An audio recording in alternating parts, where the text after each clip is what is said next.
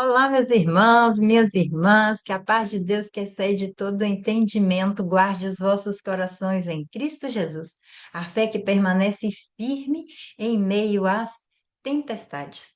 Quando as tempestades da vida chegam, você é guiado pelo medo ou pela confiança em Deus? Todos nós enfrentamos momentos desafiadores, momentos em que perdemos o controle das circunstâncias. Nosso texto hoje é Atos, capítulo 27, que mostra que mesmo em meio às tempestades, Deus continua conduzindo nossa história e sustentando todos aqueles que creem nele. Eu acredito que você, que está sempre aqui lendo a palavra de Deus conosco, tem muitos aprendizados para dividir conosco. Então, deixa seu comentário aqui abaixo.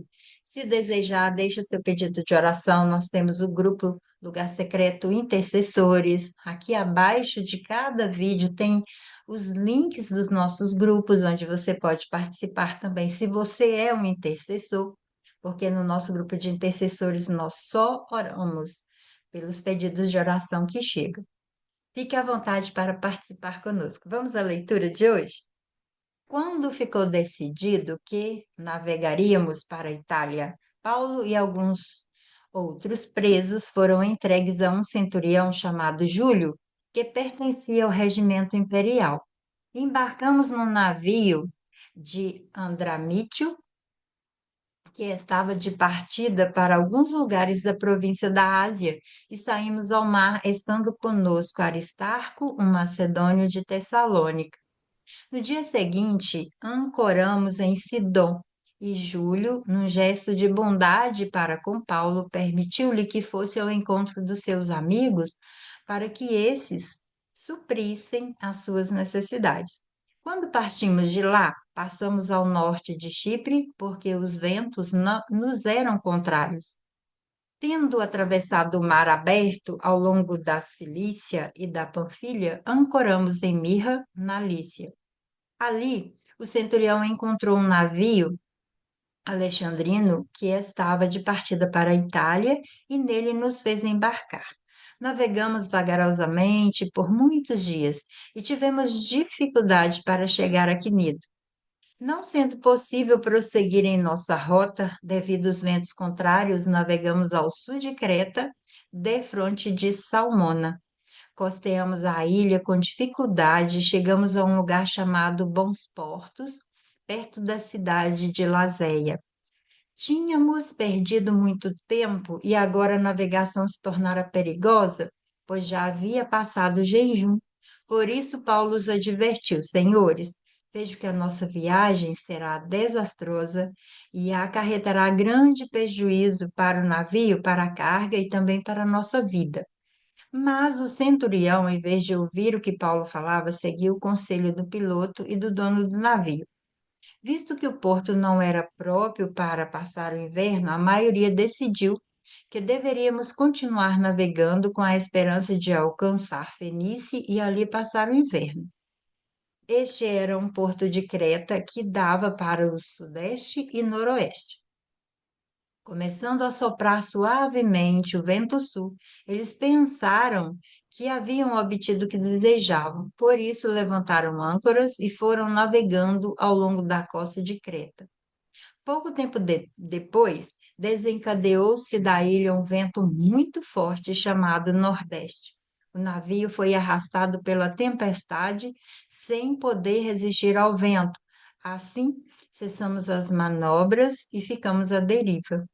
Passando ao sul de uma pequena ilha chamada Cláudia, foi com dificuldade que conseguimos recolher o barco salva-vidas.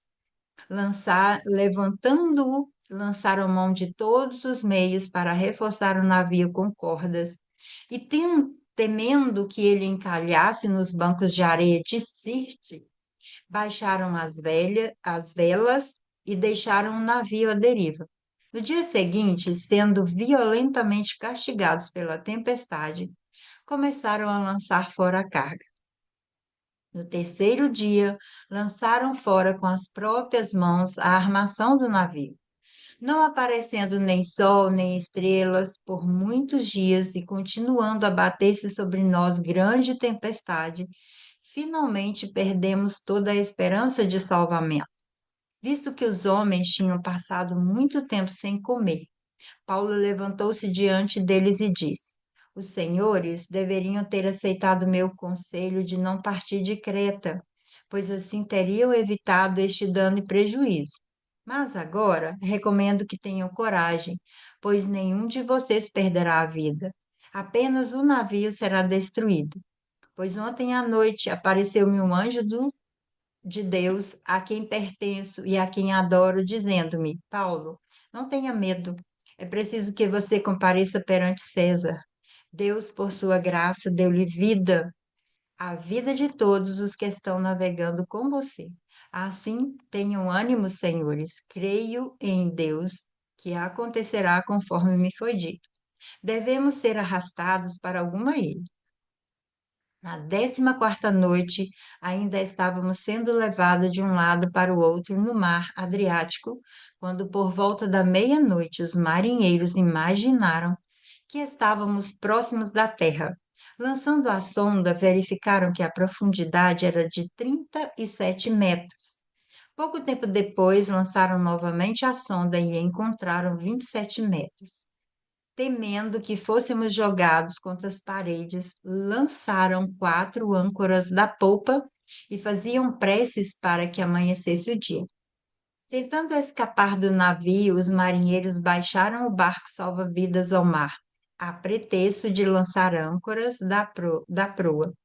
Então Paulo disse ao centurião e aos soldados: se estes homens não ficarem no navio, vocês não poderão salvar-se.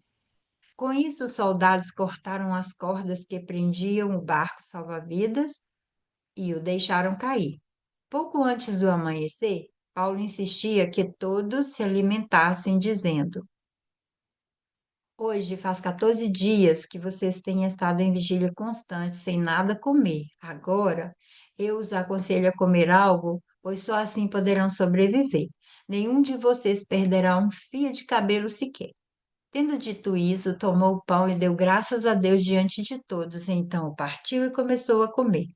Todos se reanimaram e também comeram algo. Estavam a bordo 276 pessoas. Depois de terem comido até ficarem satisfeitos, aliviaram o peso do navio, atirando todo o trigo ao mar.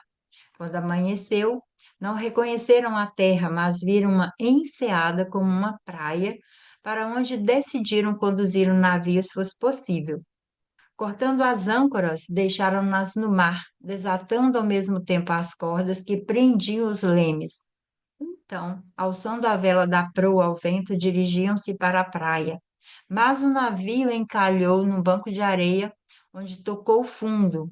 A proa encravou-se e ficou imóvel, e a popa foi quebrada pela violência das ondas. Os soldados resolveram matar os presos para impedir que algum deles fugisse, jogando-se ao mar. Mas o centurião queria poupar a vida de Paulo e os impediu de executar o plano. Então ordenou aos que sabiam nadar que se lançassem primeiro ao mar em direção à terra. Os outros teriam que salvar-se em tábuas ou em pedaços do navio. Dessa forma, todos chegaram salvos em terra. Quando nós vemos esse contexto, nós entendemos todo o processo que Deus tinha na vida de Paulo. Ele inicia sua viagem rumo a Roma, acompanhado dos soldados, dos marinheiros, outros presos e alguns companheiros do ministério, como Lucas e Aristarco. A viagem acontece durante o período do ano conhecido de oferecer grandes riscos à navegação no mar Mediterrâneo. Apesar do alerta de Paulo sobre o perigo, o comandante decidiu seguir adiante e não ouviu o conselho. Pouco tempo depois, uma tempestade, que era conhecida como Euroaquilão, atinge a embarcação. colocando em risco a vida de todos. E durante vários dias, os passageiros permanecem sem enxergar o sol, nem as estrelas, perdendo completamente a esperança de sobrevivência. É nesse cenário que Deus fala com Paulo e renova a sua esperança. Quando nós falamos aqui do vento forte vindo do Nordeste, era comum no Mediterrâneo esse vento no inverno. A sua intensidade fazia com que os navios perdessem completamente o controle e a direção. E Paulo advertiu a eles, mas não deram ouvido. Como eram esses navios? Eram navios que transportavam cargas, soldados, passageiros, não possuíam motores, não possuíam instrumentos modernos de navegação. Os marinheiros dependiam dos ventos, do sol, das estrelas para encontrar o caminho. E aqui nesse texto, a Bíblia fala que tinha 276 pessoas a bordo. Apesar da violência da tempestade, Deus preservou a vida de todos, como ele tinha prometido a Paulo. Como a gente pode aprender com todo esse texto? Nem sempre as pessoas darão ouvido àquilo que nós temos para falar sobre Deus. Paulo advertiu, Paulo disse dos riscos, mesmo assim, preferiram continuar com a sua experiência humana. Deus nos alerta através da sua palavra, e pessoas sábias sempre estão trazendo para as nossas vidas conselhos para nos salvar de vários ventos que vêm sobre a nossa vida. Agora é preciso entender o seguinte: eu estou querendo aprender? Eu estou atento a ouvir essa mensagem? É aí que eu preciso aprender a aplicar na minha vida. As tempestades estão na nossa caminhada. A tempestade atingiu tanto os justos quanto os injustos. Paulo estava obedecendo a Deus e ainda assim ele enfrentou o desafio. Seguir Cristo não nos livra das tempestades, mas dá segurança para atravessar a tempestade. Deus fala conosco no meio do caos. Deus falou com Paulo. O anjo do Senhor apareceu a Paulo e falou: Não tenha medo, Paulo. Tudo parecia perdido. Deus continua falando ao nosso coração. A sua palavra renova a nossa esperança. A esperança muda a nossa atitude. Mesmo cercado pelas tempestades, Paulo encoraja todos os passageiros. Ele ora, ele agradece pelo alimento, ele transmite confiança às pessoas que estavam ali. Quem confia em Deus pode ser instrumento de esperança para aqueles que estão ao redor. E Deus sempre vai cumprir suas promessas. O navio foi destruído, mas nenhuma vida se perdeu, exatamente como Deus havia prometido. Nem sempre impedir a tempestade, mas ele garante a sua presença, a sua fidelidade durante toda a travessia. Como você pode aplicar isso na sua vida? Confie em Deus mesmo quando não enxergar o caminho. Não tome decisões apenas pela aparência. Lembre-se, Deus continua falando durante as tempestades. Seja um instrumento de esperança para as pessoas ao seu redor e nunca duvide das promessas de Deus. Mesmo que o navio se quebre, Deus é capaz de preencher, de preservar, de renovar tudo aquilo que realmente importa.